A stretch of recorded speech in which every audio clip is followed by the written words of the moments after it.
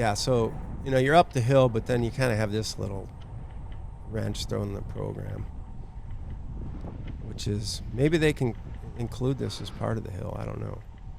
But it's not terrible, but it can kind of sneak up on you. So I'm just warning you.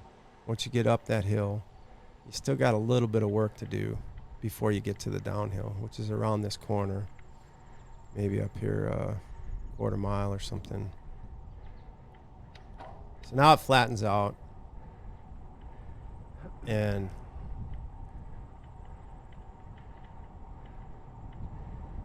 I would just play steady through here.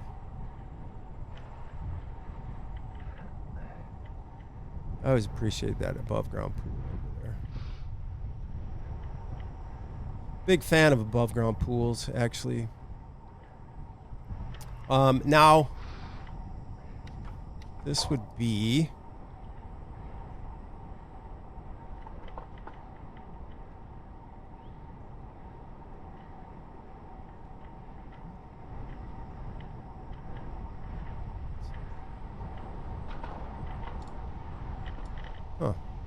I'm not sure what this road is, but it says it might be on it. Yeah, I mean. Oh, Shady Oak, which is an appropriate name, really.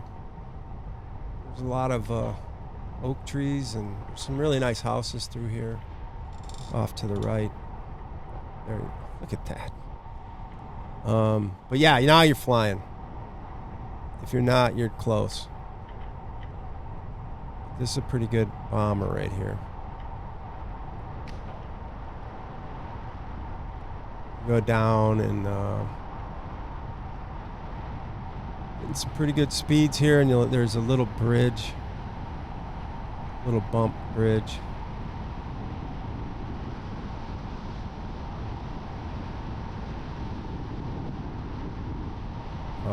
Coming up.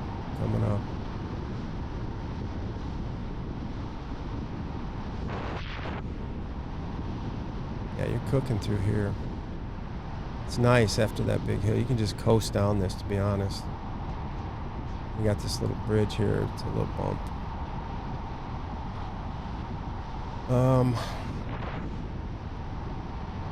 So once you're down this hill, and again, you can coast. This would be a good time to probably coast after that climb. And then just kind of get your bearings back, and then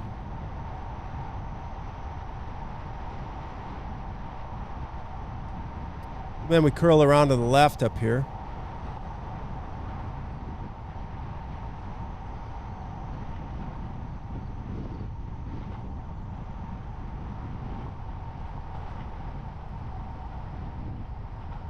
There's a beautiful farm.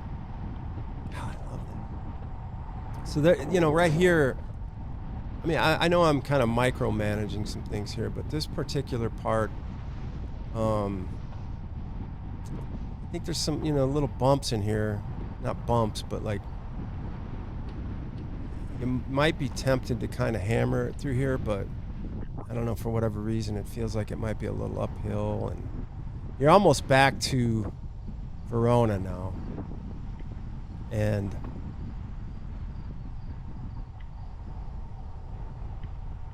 I'm just kind of looking. This looks like it might be a little bit uphill. Whoever that is, looks like they're pushing a little bit. So then you just go up here, and there's a curve to the right. You go by this little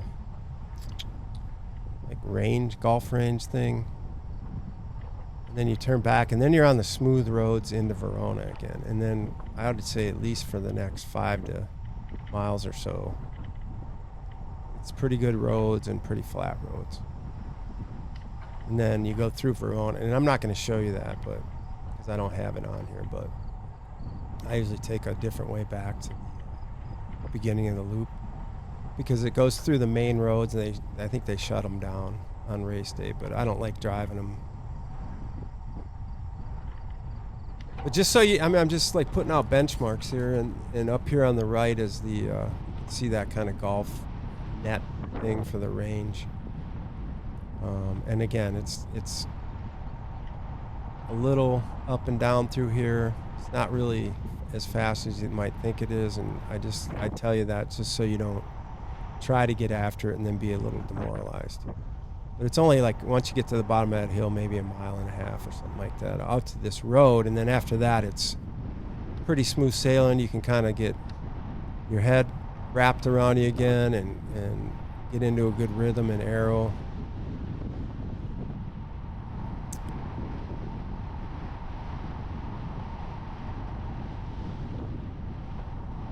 Here's that golf range thing. Just landmarks. I'm looking for landmarks to kind of give you a little clue here. So once you see that, you know you're back to Verona. You're going to be going through the city streets, and there's probably going to be a lot of people around cheering you on. And that's the end of the first loop, pretty much. Well, I mean, you got to kind of go through the city and then back a ways, maybe 4 or 5 miles, like I said. But as far as the hilliness and the sticky terrain, you're through loop 1. How's it going? And I'll just stick with this video a little bit longer to show you. This is still the course.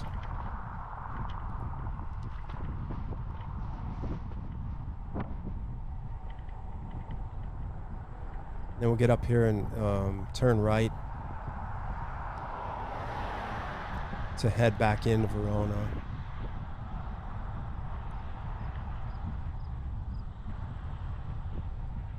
And a lot of the road is like this now, so you can, it'll feel like butter. And I can usually get some pretty good speed after we turn right here for some reason. Nice, relaxed arrow cadence.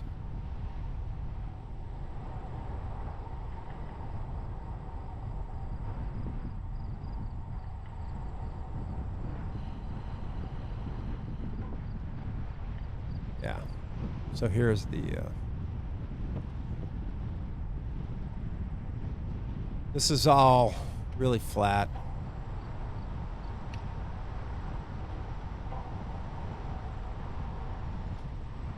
Really smooth.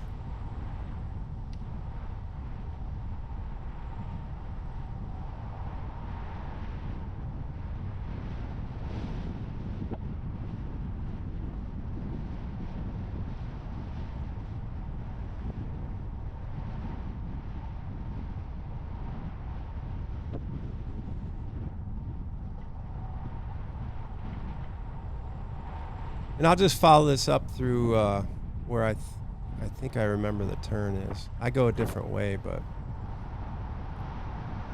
come up here and I think you'll start to see what they call Epic. It's like a medical device or supply or tech company or something like that, that basically moved into Verona and brought so much money that this town now has roads like this. But actually Verona's kind of there's a lot of money out in this suburb, I think, and maybe over time some of that money can trickle into Mount Horeb so they can fix those roads.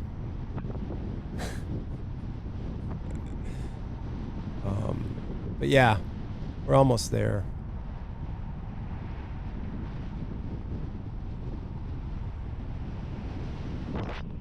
Three or 4 miles, you kind of go through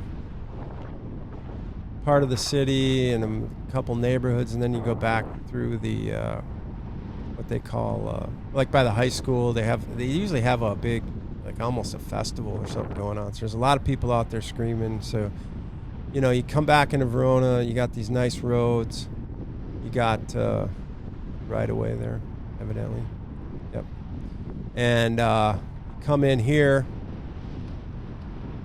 and I think during the race you turn there. I'm not positive, but I keep cruising straight because it's a little bit of a shortcut. Or maybe it's here, actually. I think it's this one. So that's the course that way, and then I'm just going back into Verona this way. But anyway, so hope you enjoyed that little tour. Probably if you're bored out of your ass and had nothing to do, you maybe enjoyed it. But otherwise, if you've got any questions or thoughts or whatever, you can hit me up, crushingiron@gmail.com. Make sure to check out the Ironman Wisconsin course previews on the Crushing Iron podcast. And, this isn't the course anymore, but for the most part, it's pretty similar until you get back out to Fireman's Park, Rocket Bike area, and then you turn left and go back, and then you go by the special needs, which will be there, and then about all that valley.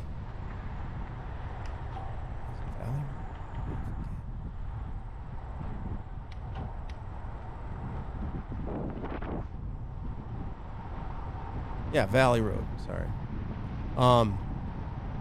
That's where the detour was. And then you're back on, and you can watch this whole thing again and get it down. It's no different the second time. Well, it is, but because you're going to be a little tired, or maybe not. Maybe you get stronger in the second loop, and that's really the way to do it. Can you get stronger? Can you get engaged around mile 80? Can you cover those last 3 hills, the big hills, strong, and then make it all the way down into Verona again, and then back out on the stick? Now, I don't have a lot to say about the stick right now. I kind of addressed it a little bit, but save something for the stick on the way back. Not only is there more uphills than you think, there's usually wind in your face. The roads are not pristine. It's kind of a grinder. If you get back here, my suggestion is when you get back to Verona the second time and you have some of these flatter roads and the smoother surfaces and everything, just really recalibrate your brain and get, in a spot to handle some 14 more miles of tough riding, relatively tough riding, because it's not over. Just because you got through this loop the second time, that doesn't mean much. So anyway, I appreciate you joining me today, or over several days, and hopefully this helped you a little bit with the Wisconsin course. Remember, take it easy climbing and take advantage of all the speed you can, because it's out there, and I think a lot of people leave a lot on the table. All right, thanks again. We'll see you later.